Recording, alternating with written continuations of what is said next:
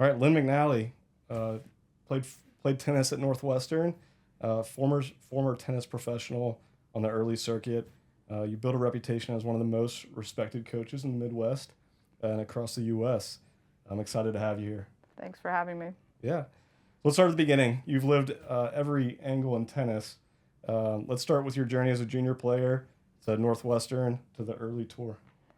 So I started with my dad playing with his friends, but he wouldn't let me really start until he thought I really wanted it. So I would go every weekend and he hit with my sister, and then he finally let me hit. And my parents moved and they built a court in their backyard for my sister and I. And we hit there a lot with him, and I played with his friends who were doctors. And it just went from there. And then I went to my first nationals when I was like 10 years old, and I did pretty well. And I ended up doing very well in doubles and singles the whole way through. And I got offered college scholarships to everywhere in the country, and I chose Northwestern.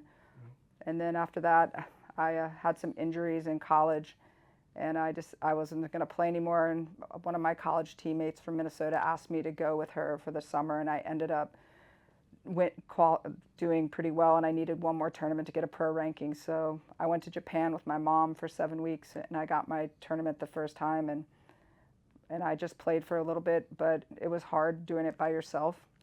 And so for me, I went from there and I stopped playing, and I went to Queen City Racket Club, and my mentors were there, and they basically hired me at minimum wage. They didn't think I wanted to do it, and within 3 months, I was teaching a lot of kids and adults, and so went from there. And then about 5 or 6 years later, I went to Harper's, where I've been for like 29 years. Yeah. What are some of the biggest lessons you took away from your own playing days that influenced the way you coach your juniors or even Caty? Well, I guess when I was coached, it was a lot different. In the late 70s and 80s, people were a lot more hard-nosed, probably screamed a lot more. And I guess looking at the modern day child, I don't think it goes very far. I think you can have tough love in a very positive way. So Caty and everyone would probably make fun because my favorite saying is PMA, positive mental attitude. And I think there's a lot more ways to get across how to do things or be good at something besides screaming. So I would say for me, it's more about getting to know the person really well and understanding what makes them tick, and then working from there.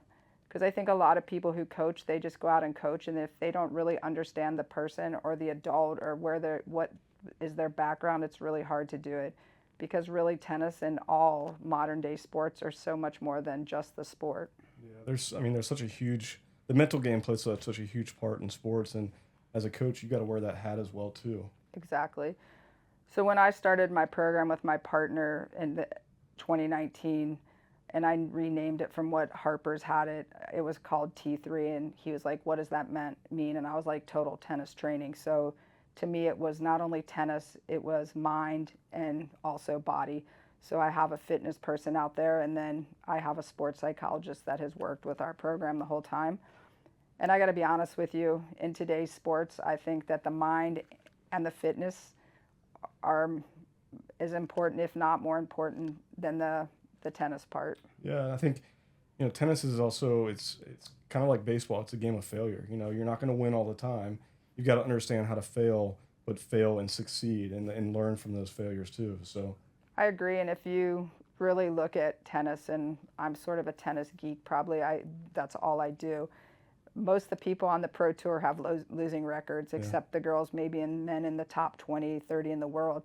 So how do you take those defeats and use them to your positives? And really, those wins that you get, you have to be happy, but you have to move on. And I just hit with an older person just now, and he wants everything to be perfect, and it's almost impossible. Like, how do you win when you're playing 30, 40, 50% of your ability? And then when you play at 100%, it's like amazing. hmm But I was trying to explain to him, like, to teach Caty something and really work something that's a must in hers, it takes forever. Whereas when you start, you see rapid improvement. Like, I watch your little girls, their improvement rate is going to go fast. Whereas somebody who's a professional who has a glitch in their baseball swing or in their foot patterns or whatever, it takes a long time to change it. Yeah, I mean, it's because they've been grooving that same pattern for so long, and they're used to those, repetitions of using that pattern, that their brain is so in tune to the way they move that it's hard to make those little switches.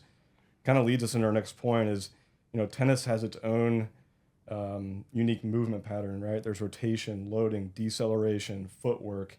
You're using the whole chain in tennis. When you look at tennis injuries, what are some of the patterns that jump out to you, that you can be like, that you could say, hey, this person is not moving correctly here. They've got a chance of injury. If we continue down this same path. Yeah, I agree with you. I mean, if you look at tennis and when I saw your question, like you can never discredit how tennis has evolved over the years. And you look at the Billie Jean Kings and you look at the Chris Everts and Martina Navratilova being so athletic in her era. And then you get to Agassi, who started to revolutionize modern day footwork even more. And Bjorn Borg started to do it, but he quit so young. And then you get to now these athletes like Alcaraz and Sinner. I mean, they're amazing athletes. But it's true. Like Caty's always like link schmink, but if your link has a break in it, something's going to hurt. And it doesn't matter if it's a professional or a person playing at the club. Like, I send so many people to you because they went to situations and they go on the court and some people just feed them balls, but then they develop such bad habits and patterns that their elbow hurts or their knee hurts or their hip hurts because the whole movement from the ground up can't synchronize. And please, nobody can do it perfectly every time, but they have to at least understand.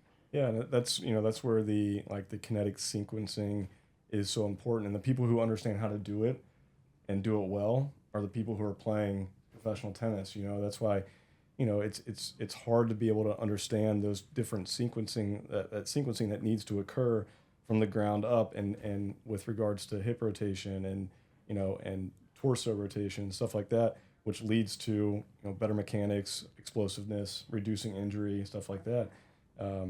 So what then separates athletes who stay healthy from the ones that you see that are breaking down? Well, I mean, for me, being around you and John and Joe and now Flo and Sophia, who do everything when Caty's on the road, it's amazing, like what you see from being around it. Just as strong as Caty is, like she has more strength she needs in her core and her hip because that's why she hurts in certain places in her foot or her legs. And it's like amazing just seeing it. Like if you look at Sinner and Alcaraz, I mean, the things they do are phenomenal, but that's why they're number 1 and 2 in the world, right? And the difference between, like, Coco Gauff is a freak athlete. Like she can push off her outside leg and spin up in the air like Wonder Woman and do things that other people can. And I feel like if she would correct a few things, she would even be better. Like, and please, she's number 3 in the world, like pretty good, but Yeah. she still has things she could get better at.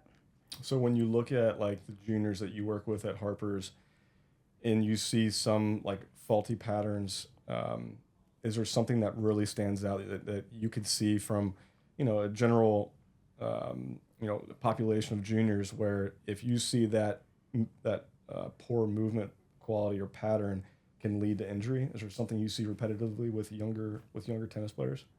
Yeah, I mean, I definitely think their feet don't get in the right position, and if they're right-handed and they're going to their right to hit their forehand, their outside foot can't get behind the ball, and they don't understand that there's different zones of the court where maybe you can step in, but your front foot has to be in a position that your hip can uncoil and stuff, and if not, then all of a sudden your shoulder hurts or your knee hurts or your back hurts, and I mean, I would say that my partner and I are fanatic about it, and it's funny because we get kids that come to us from other things and their footwork is so, they don't understand a simple push plant, and they waste so many steps, and it's just, it's amazing to me. Yeah. So when you're looking at building a junior, are you starting with footwork before you're starting with strength training with those athletes? So like I just had a boy who joined our clinic and he blew out his hamstring and he came to Beacon and had it surgery. But he was so fast and he still has his fastness is still gone, but he's not doing the other things. Like a lot of these people who come and have surgery or have something, they don't continue it and then it never can rehabilitate. So do I think it's important? Yeah, I think, having your kid do multiple things when they're young is huge. And I look at Sinner moving on the court, and I guess he's a phenomenal skier. And I think when you ski, you're always pushing off that outside leg to go. From what I see, I mean, you ski, do you agree? Yeah, for sure. I think, understanding how to plant and to use those different forces and different, ways to generate, force throughout the ground is going to be helpful in being a better tennis player, being a better rotational athlete. And I think tennis is, like, from my standpoint, yeah, baseball is hard. You have a 90-mile-per-hour object coming at you from a short distance, but at least his feet are planted. I mean, golf, not easy. You have to understand the elements too, but at least your feet are planted. I mean, tennis, basketball is very similar to tennis in a lot of ways, but then you have the basketball in your hands, so it's a little different. In tennis, you add a 27-inch utensil, and now you have to make the whole link work with this utensil in your hand, which adds a whole nother dimension. Is the racket the right racket for you? Is the string the right string? Is the tension? That I think it's might be one of the hardest sports in the world to play. For sure. I mean, there's different variables that come into play with the racket and how that can, change the quality of your movement too, and the way that you hit the ball. And the constant movement, during a tennis match. There's not a whole lot of. There's not a halftime, right? You don't get a significant break to recover, physically or mentally. It's match to match to match. So. Yeah, it's definitely, it's one of the most demanding sports to play. And now talking to these other people who do these breathing belts and all this stuff and just understanding how to control your breathing so that after you have a 40-ball rally that you, in 25 seconds, you can regain your breath in order to do it again and again. Like, because you can't substitute anyone, like you said. So, like, to me, not only do you have to understand the court stuff, but then you have to get in the gym and you have to do short things to build your cardiovascular for short points. And then you have to do long distance things to build duration if you play a 4-hour match. So it's a lot of moving parts. Yeah, I think strength training in tennis doesn't get the rep that it needs to get. 100% agree. I think that, we talked about footwork, and I think it's important to build the athlete first. Like, you talked about these guys that are playing high-level tennis. They're overall athletes, but on top of being an athlete, you've got to be able to be strong too, Very much to meet so. the demands of tennis, because it is such a demanding sport. And understanding that, if you're not staying strong, throughout the sport of tennis, there's going to be a breakdown, and injuries are going to happen with a breakdown. And it's not that getting strong is going to prevent injuries. Being an athlete and playing a high-level sport like tennis, injuries are going to happen no matter what. If you're an athlete, expect there to be an injury. But how can you help mitigate those injuries with strength training, and especially strength training throughout the season too? I agree. And I think Caty learned a valuable lesson through you and Joe and everyone that you can't just do it while you're home. It has to be a daily thing, even when you're competing. Some form of strength training. And strength training in tennis, I don't think means bulk. It means lean, solid, strong muscles. Durability. Right? 100%. Like you're creating durability by getting stronger. And strength training has always gotten the rap of, like, let's see how big we can get. But I think strength training is gaining a new purpose now. It's like, let's see how durable we can make this athlete.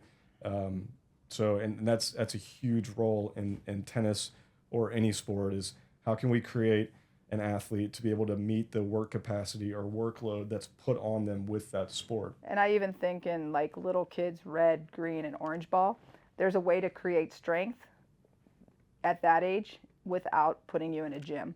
There's so many things they can do, right? And I think the earlier that's put into your body, that I think with the help of, like, people that are really good at that you help develop habits and prevent injuries. Yeah, definitely. So, from that standpoint, when you start to see a junior that's, accelerating in the game of tennis, they have what it takes. Um, what part do you start preparing a junior to mentally be able to take on the roles of being more like a professional tennis player or playing at the higher rankings? Like, So when do you? my goal for anybody would be to be a college tennis player, Mhm. right? And as I talk to some of the most successful businessmen and women in the world, I mean, they're all looking for athletes now. Um, P&G, GE, uh, everywhere that they want an athlete because their mindset is so different than a lot of people's. So, like I tell all our students, there's a place for everyone, but is it D1? Maybe not, but it doesn't matter. It could be D3, D2. Just showing that commitment that you're willing to get up, work out, go to tennis, go to school is huge. And even with my own daughter and son, I wanted them to go to college. And, Caty, I was going to make her go to college, and she happened to win a big tournament in Michigan and beat Jess Pugula in the finals. And her agent at the time was like, Lynn, she's too good to go to college. It's hard to say because would have helped Caty in some ways, maturation wise, it might have.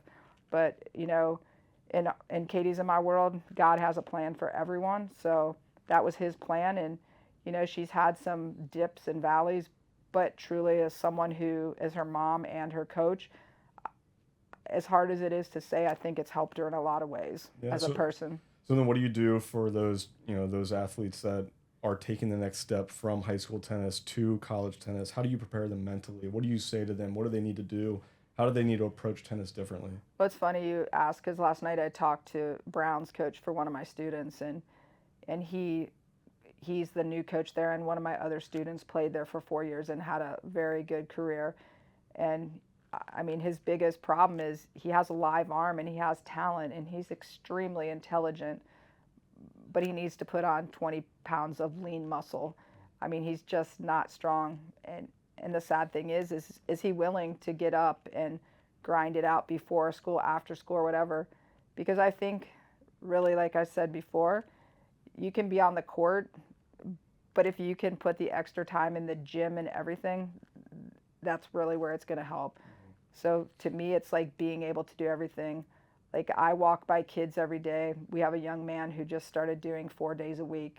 His improved so much, but he literally is so skinny and lanky. He's like a little baby giraffe. He's going everywhere. And I said to him, "Hey, I think if you hit the gym and start doing stuff, and um, that you'll get better." And he's already doing it, and it's going to help. But going to a gym 1 day a week is not exactly where it's at. Yeah, I think you see it too. You know those kids that have the commitment to the sport and what they want to get out of the sport, and you can see at a certain point when they're ready to make that jump to the next level and they're ready to recommit themselves to getting better and doing the things they need to do. And you're right, like just making the commitment to understanding that there's going to be a more of a grind that takes place when anytime you level up from whether it be high school to college or college to pro, there's more commitment that takes place. And how can you be more mature about the sport you're playing and what you want to put into it? Yeah, I agree, and it's not only that; it's a great life lesson, right? Because no matter what pathway your athleticism takes you, the working out should be part of your life. Because it's only going to help you as a person in the future, right? You read studies now. I just read an article the other day in a journal that said people 60 plus, if they work out consistently when they get to their 70s, their life is so much easier. And so to me, it's a life lesson, right? And tennis is a life lesson, and wherever it takes you, we can use you as an example. You played baseball in college, like it makes you relatable to so many people in this thing, and it makes people want to come to you. It adds to your aura. And it adds to your value, A just hundred percent. because when you know somebody is committed to taking something to the next level, whether it be college tennis or professional tennis or professional whatever sport, I mean, you know that person had a commitment level that they wanted to continue to do that. So, Right. yeah, I think you can learn a lot from somebody who is ready to take that next step. But they also have to realize too, and this is one thing I say to Caty and everyone, your window in tennis and in baseball or football is this big. Your window in life is this big. Mhm. So take advantage of it when you can, because it's going to go quick. For sure, for sure. Let's jump into a unique dynamic. You're coaching your daughter at the top level of the sport of tennis. What has that journey been like? How do you balance being a mom, a coach, somebody who supports her, but keeps her grounded within the sport of tennis? Yeah, I mean, I guess it's been my whole life that I worked with both of them, and they've known since they were little, like, when I'm on the court, I'm their coach, and when I'm off the court, I'm their mom. And I try to keep the boundaries pretty strict, and I'm not going to say I'm perfect at it because I'm definitely not. But I think the last year has been really good, and for me, it's been really hard and eye-opening in some ways because at 17, Caty beat Iga Swiatek. She was serving for the match against Coco, and I had a son that was very, very good at tennis too. And so for me, I'm looking back and going, God, what if I had done this when Caty was 17? Where would she be? But then I look at it now, like I said, God has a plan for us, and I think I know when to walk away, and I think I know when to talk to her, and her physio who travels with her and her boss say I do a good job of it, which is very nice, but I try not to talk about a lot of it when we're in the room. I try to wait little bit, and I probably sometimes have said stuff, but I really took a compilation of this whole year, and I know everyone makes fun of me on TV for having a notebook, but they have zero clue what's in it. And it really has helped me see like the 5 or 6 areas that Caty really needs to get better at. Um, and I think maybe it's helped her now that she sits back these last few weeks and reflects that, I mean, we've worked on this one thing so much, and it's very evident that she's weak in her core and glutes on her right side, and left, so she opens her links so fast that she can't make these balls. I mean, it's been a lot of fun. I mean, she's a great kid. So to see her flourish in her environment and do her thing is fun. Yeah. The hardest part is probably being away from my husband a lot, but it's what he wants, and he's been incredibly supportive in everything. So, I mean, I'm looking forward to this year because I think huge things are ahead for her, and we'll see how it goes from there. Yeah, what's been your proudest moment so far watching Caty compete? I mean, probably coming back from something that I think mentally was so traumatic, her elbow injury, and having the surgery, and just seeing a kid who was so down and just trying to make her be positive, and then to see her really put forth so much effort, and I think day by day get better, and watching her go to the Australian Open, maybe looking back to hindsight 2020, do I think that was the smartest thing? Maybe not, but we did what her agent and everyone wanted, and so that's fine, and maybe it was good, but going to back to where she was at being about 1200 in the world, and had already lost a couple of her protected rankings, and going really back to the not nicest places in pro tennis, what you all see, and watching her fight, and like I told her, being stubborn sometimes is good, but also she might be top 50 right now if she hadn't been, but I respect her, and her really well, that she's the kid who's like, I'm going to make my journey at my pace. So, but, going to Wimbledon and having her beat a girl that was the last girl she played before she had elbow surgery, and watching her play extremely well and beat her in her own home country was amazing. And then really watching her win the first set against Iga, and really having a lot of chances to do well, and the only person who took a set against her, amazing. And then really going to the next tournament and winning her first pro title, big one in a long time, was exciting. And I think she's a pretty mature 24-year-old today. So, but I think she has a lot of growth still, and I think she hasn't really even tapped into her potential. So really the whole year was amazing. So like I told her, no matter where she ended, like, to take yourself from 1200 in the world to about 80 in the world in less than a year, it's pretty impressive. And I mean, she had a lot more success at 23 than she did when she was 17, to be honest with you. Um, I think some people, because of her age, they think she's old. I think she's a very young 24-year-old in a lot of ways. And I think, like, the sky's the limit. And I think the people that work with her, you and other people, I think they probably would agree. I don't even think she's at her potential yet, right? So for her, it's exciting. And I think she does it because she loves it. And she has her priorities pretty straight for a 24-year-old. So we'll see what happens this year. I mean, I think she's excited to go to Australia. It'll be a very different Australia than last year where we went for one tournament.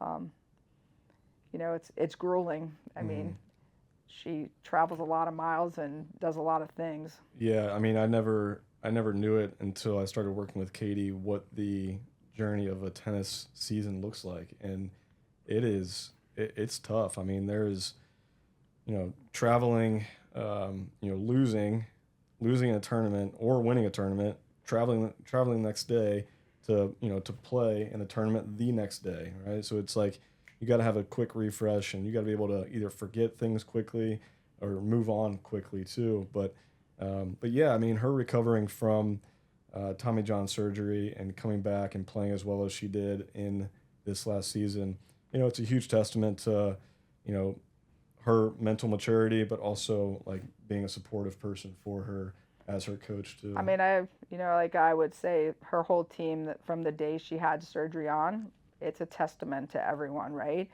And yeah, there's been ups and downs and it's hard, but I mean, I think if you ask Caty her biggest accomplishment for the year, she would tell you playing pain-free Hmm. in her arm. I really do believe that. And for me to, yeah, has she had other pains? Yes. But, I think for her, I think if you asked her, she would be like, it was so nice not to hurt, and for me right now, like, how do we get her arm even less where it's not stiff? So there's room for everyone to make her better.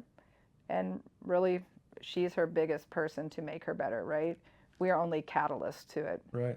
How do you help whether it be a junior or Caty kind of flip that switch from a tough loss to the next day or to the next tournament?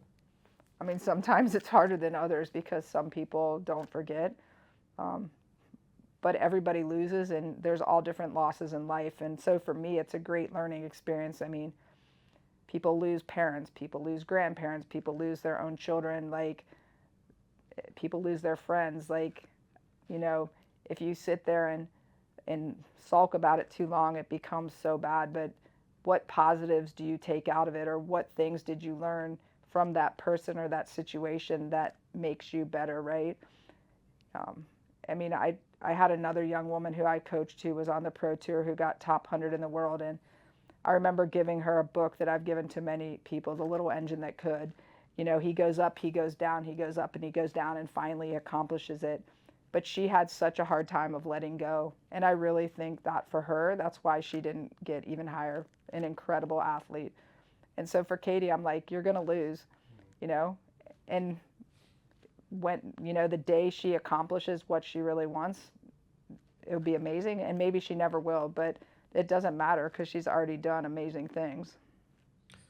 What mistakes do you see parents or coaches make with, um, the most of juniors at that level?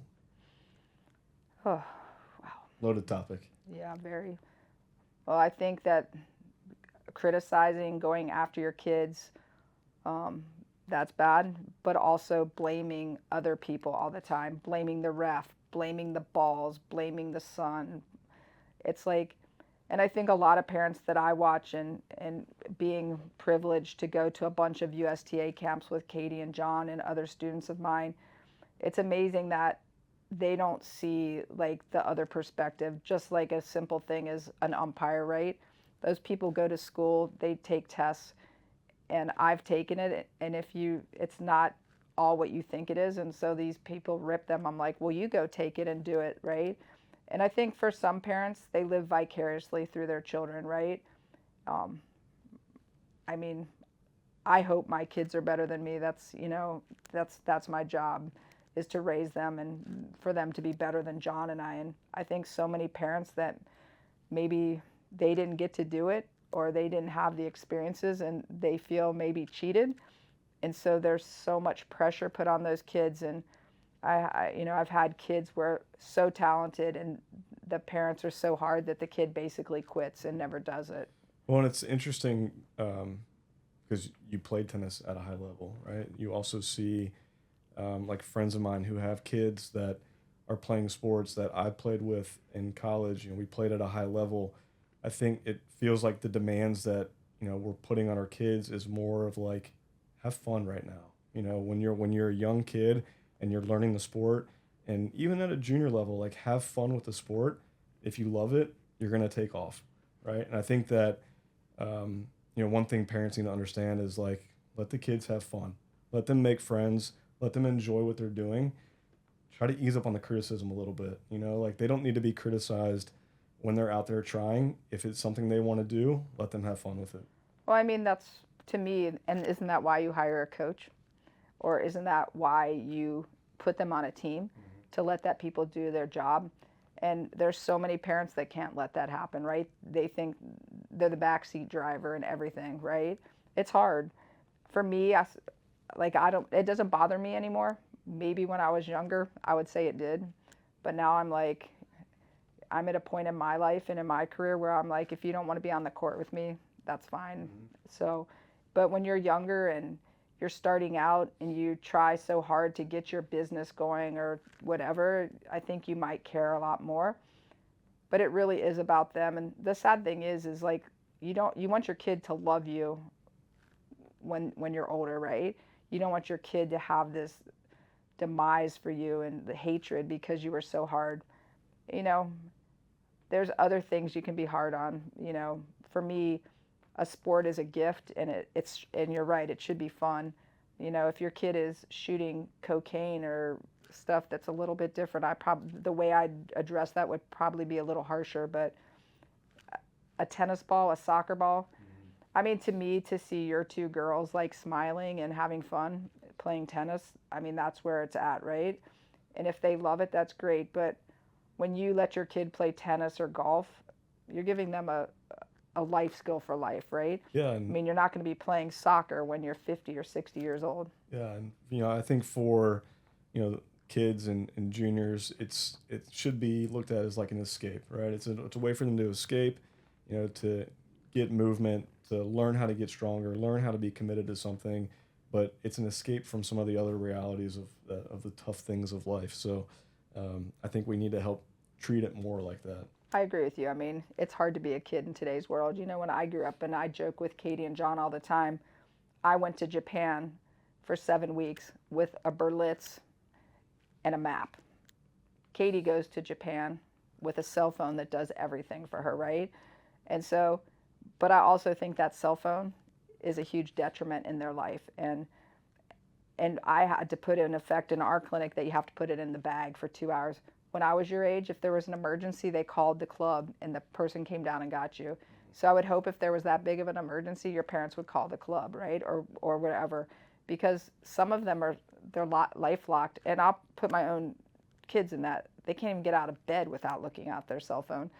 And it's just different, right? Yeah.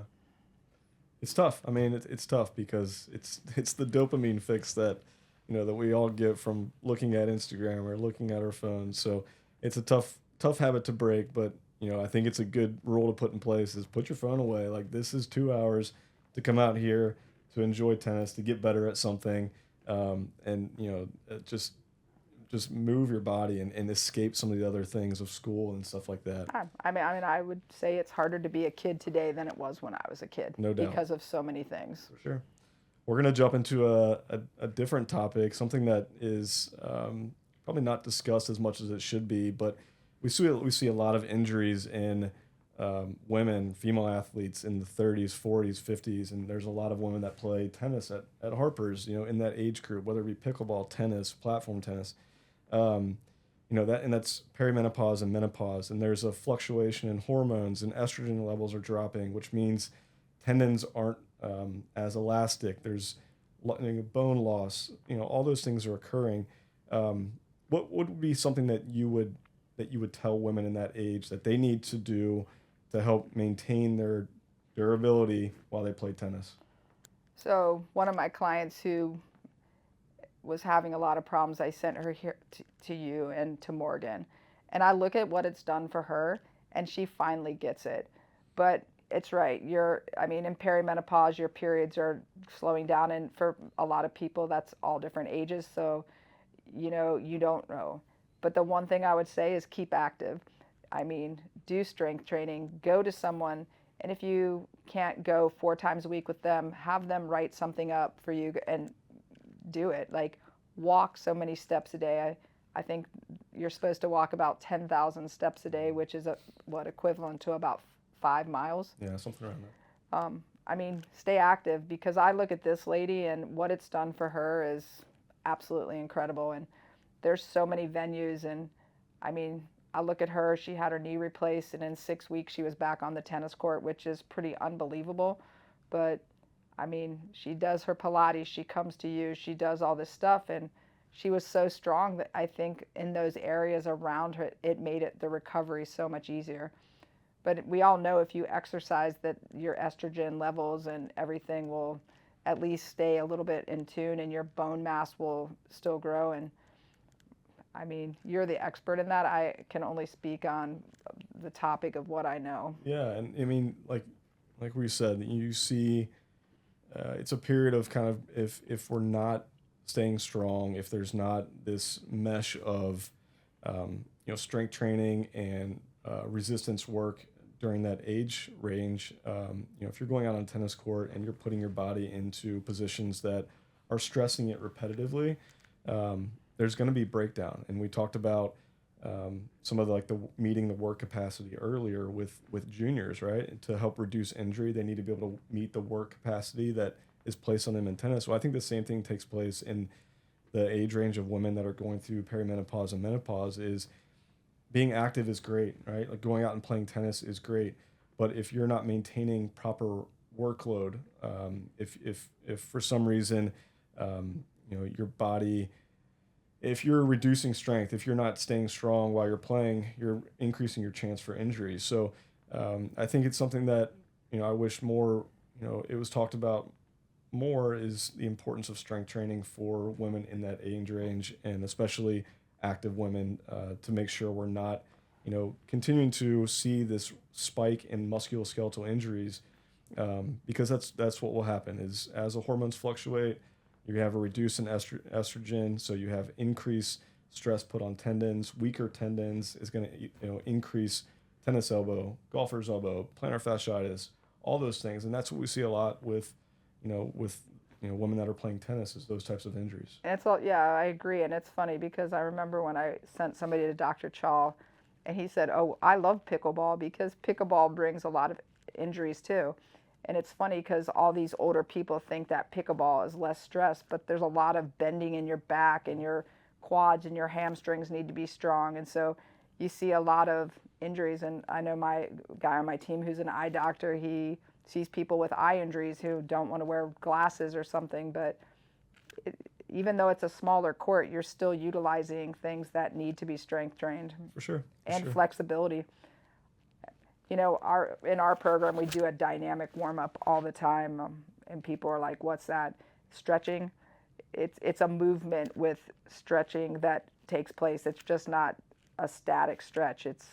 And I think it's important for everyone. And I think doing something at the end of your things, doing it, you can speak more on it, but I know Caty's gotten a lot of joy out of the last few weeks going to an infrared sauna and then doing a cold plunge. She says she feels very different, and I know a lot of people do that. But I mean, it's really how do you eat, sleep, and everything affects that, right? For sure.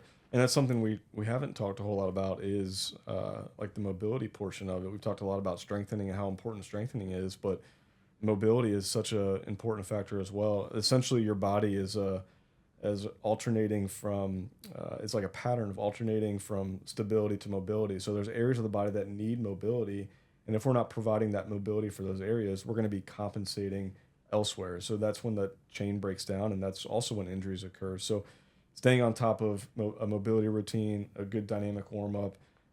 Those are things that need to take place, especially if you want to be out and active on the court. But it's funny, you see, like in our juniors, you do it, and I remember my boss was like, "What are you doing? You're wasting time hitting." But to me, that stuff is important. If I tried to do that with a group of women before they started hitting, they would go crazy. But the sad thing is they don't really understand how important it is. For sure, and they probably need it more than Exactly. more than the juniors, honestly. So it is important to make sure they're taking that time to, get their body loosened up, and engage the areas that need to be engaged before they step on the court. We're gonna finish with some questions. What's one of your favorite drills for juniors? It depends on what the drills are, but stuff that, I mean, there's half court drills that I really like that I think that you should always do to work on certain technique and using a smaller space so that you can really work that footwork and getting in position as long as you do it effectively. Oh, I have numerous amounts of drills, like a lot of patterns to understand how to work the different footwork patterns, directional change drills, approaching drills, understanding the zones of the court. I mean, I could go on and on. Your one favorite, though, one that you would not go without a junior doing. I would have them work on coming forward all the time. Yeah. Is that just being more aggressive? Yeah, looking to hit your shots, to pop up and be able to come forward. Yeah, approaching drills. Cool. Favorite pro player to study film? Favorite? Yeah. Probably Roger Federer. Why? Because I think he's probably one of the most graceful tennis players I've ever seen play. He's like watching poetry in motion. Everything is so fluid and just everything. He doesn't really bean anything, but his placement and his understanding of where it has to go to get his nickel and 5 pennies is amazing. Most underrated part of tennis training? I would say mobility and strength. Okay. Last one. If you could give Caty one message before every match, what would it be? To give 110% and have fun. Love it. Lynn, it was awesome. Like we talked about, you've worn so many hats as a player, a coach, a mentor, a parent, right? So I really appreciate your in-depth look at the sport and sharing your thoughts and insights. So thanks for being on. All right, thank you. Appreciate it.